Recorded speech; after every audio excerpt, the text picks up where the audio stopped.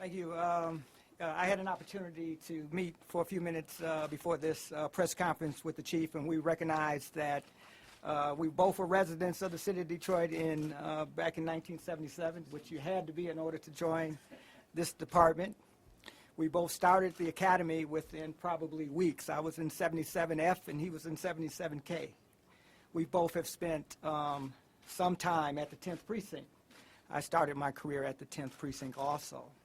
The difference is that when we both got laid off in 1981, he went to L.A.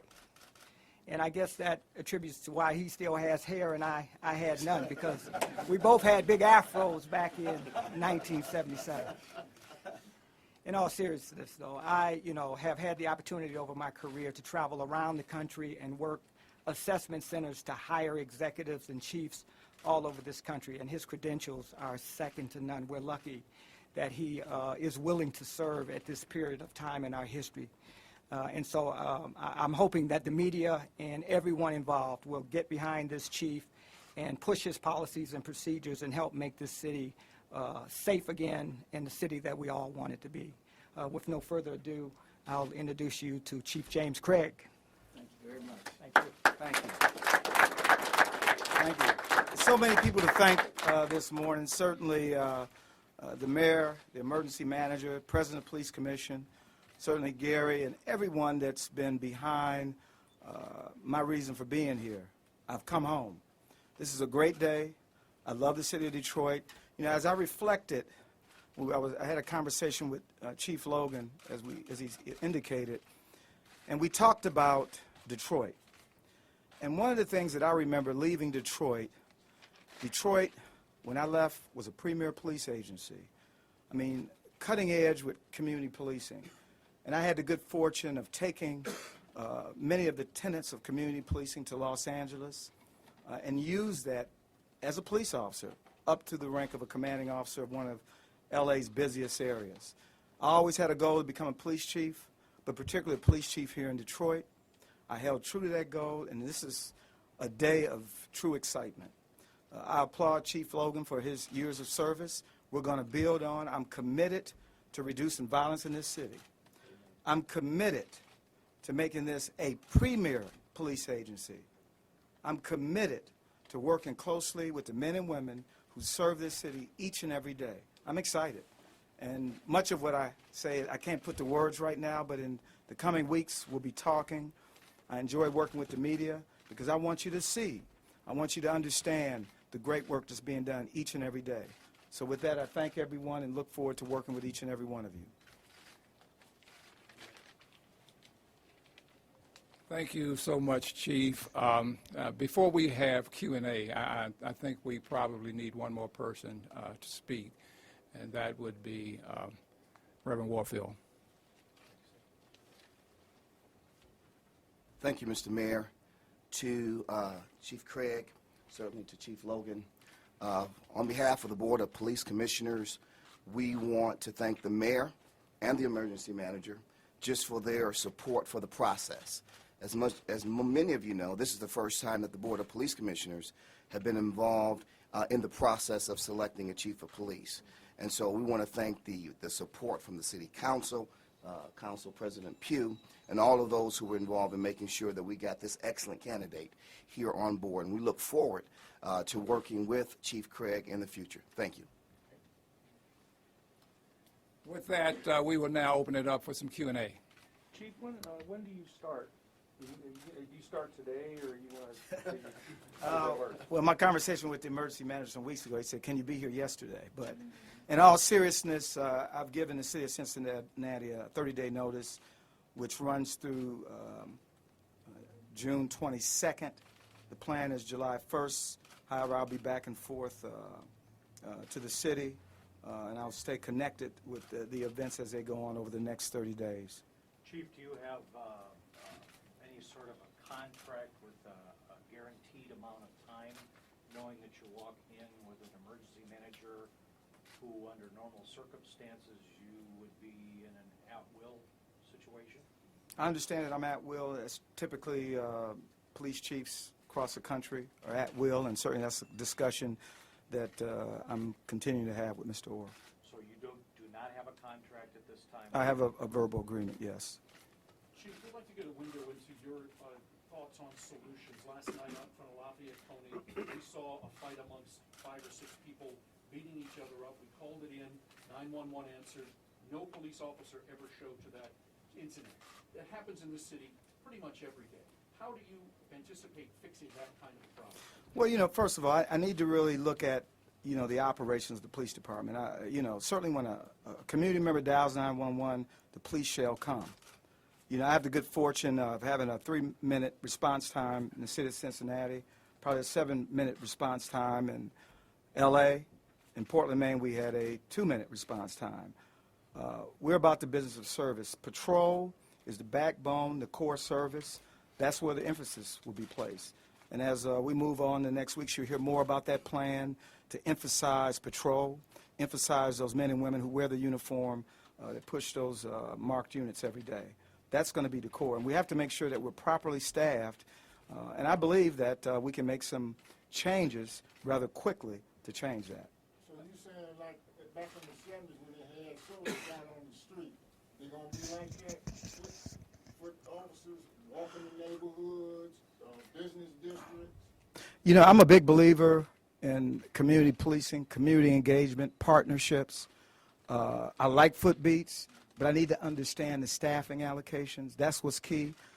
Clearly, I'm aware there's officers working in non-field-related assignments. One of the goals in a preview is I'm going to take a look at all of that. We have sworn police officers that work in dispatch. I'm a believer that evidence technicians, for example, if we have sworn officers that are taking pictures and measuring crime scenes, we want to take a look at that. So I don't want to prematurely say what we're going to do. I just need to understand the organization. I've been successful in restructuring the Cincinnati Police Department. We eliminated top-ranking staff. We civilianized some sworn positions. We had an impound unit, by way of example, where it was staffed by sworn officers. That's no longer the case. We have moved very quickly in making those, civilian positions. Chief? Kevin Orr and Mayor Bean has said they wanted to make sure public safety is first. We do have a problem with police morale. Are you planning on trying to make sure the police department is happy and feeling good about their job so they can do their job? Absolutely. I'm going to say something that I've always said in Cincinnati. It's no secret. When I joined the Cincinnati Police Department, morale was at the very bottom. I've oftentimes said cops count. Leadership matters. My commitment is morale will rise. Morale will go through the roof. I'm committed to it. I believe in it because I oftentimes use this as kind of an analogy. So 2 o'clock in the morning, someone calls the police. I want to make sure the cop that comes to your door is a happy cop.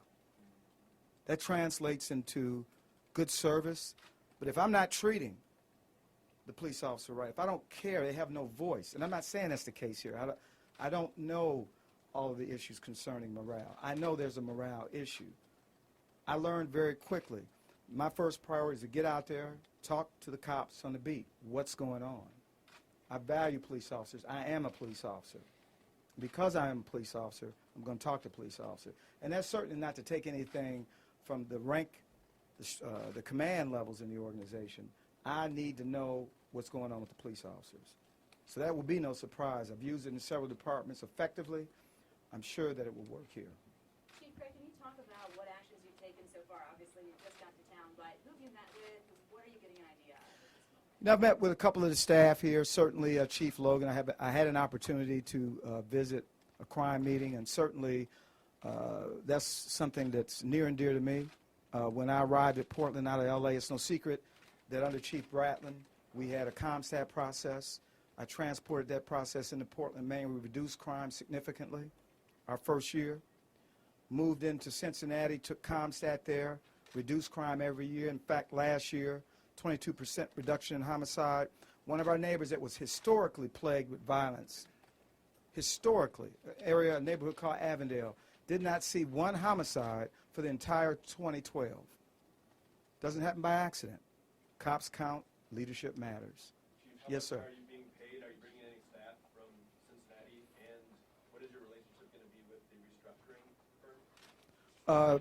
Intimate relation. I think it's important that we talk. I need to understand and learn what's going on in terms of what I'm being paid. I think that that's something that I'm still in discussion. We're discussing with the EM and the city. Chief, can you talk a little bit about the notion of what Gary Brown, your classmate, has said for many years in the city of Detroit, in that there are too many officers, police officers with guns at their hips, sitting at a desk instead of being out on the street. What is your philosophy surrounding that, and how will the face of the city of Detroit Police Department change as a result? Candidly, I don't like it. Police officers with guns, full duty police officers with guns, need to be in the field. Number one priority. Now, how we accomplish that, it's too early to say, but my commitment to this community, to this city, a city I love and I grew up in, if you're a police officer with a gun and you're sworn and you're full duty, you need to be in the field. That doesn't mean that some jobs have to be staffed with sworn officers, but you know, we can't justify it. We're in lean times, and again, I've gone through this process in 2 police agencies, and it's painful. It's going to be a little, it's going to pinch. But at the end of the day, the Detroit Police Department is going to be a premier agency, and you have full confidence in that organization. Yes, sir. How you doing, sir? I'm well, sir. Welcome, Tom. Thank you. A lot to do. Can you tell the public maybe what your first order of business might be? I kind of opened it a little bit, you know, as I said, you know, now that I got a phone from the city, my work begins. I'm still working in Cincinnati, but as I was sharing with Chief Logan, I want to know about big issues going on in the city of Detroit. Because invariably, you get people going to reach out to me if I'm sitting in Cincinnati. Hey, what do you think about the young man who beat this elderly man in a store? I want to get here quickly. I want to roll up my sleeves and start getting the work done. As I talked about, one of the first things I need to do, I want to get assessments from not only the community on their view. I want to get out in the community and start meeting with the community, but I also want to meet with the boots on the ground. 2 more questions. Chief, You talked about curbing crime in neighborhoods, that sort of thing. What about community policing? Is that something that you engage in Cincinnati and other cities that you've been in? That's the hallmark of success. But community policing is more than just a word. I mean, what does it really mean? We're talking about partnerships. In Cincinnati, by way of example, we had probably one of the more robust citizens on patrol where community members roll their sleeves up, get out in their eyes and ears for the police department. Detroit has got to get involved. We can no longer sit back and say, well, it's a hopeless situation. It is not hopeless. I worked in an area in L.A. that was a 0.8 square mile area, home to a local street gang called the Black Peastone, one of the most violent street gangs in the city of Los Angeles. Good community people, which is always the case in our neighborhoods, were afraid to use the park, afraid to escort their kids to school. But we went in there with a robust effort, 2-pronged. We went in there and identified in a very precise, laser-like way, identified those individuals that were predators on that community. And we, and I'm going to say this very tactfully, we were able to identify them and arrest them. We got them out of the neighborhood, but we also at the same time partnered, true partnership with that community. And it changed the culture of that area. It was called Baldwin Village. That area, after our work, a collaborative effort with our California Highway Patrol, U.S. Attorney, a whole host of folks, the Sheriff's Department, the FBI, federal agencies, the LAPD Southwest Division, there wasn't a homicide. I know this thing sounds bizarre. It wasn't a homicide in that area for a year. Shootings went down dramatically. I say to you, these things are not by accident. There's a method, but there has to be community engagement. In Cincinnati, we engage clergy leadership because clergy, they're out in the community. We, the police, cannot do it alone. We're going to do our part. We're going to provide some leadership, but we got to be true partners.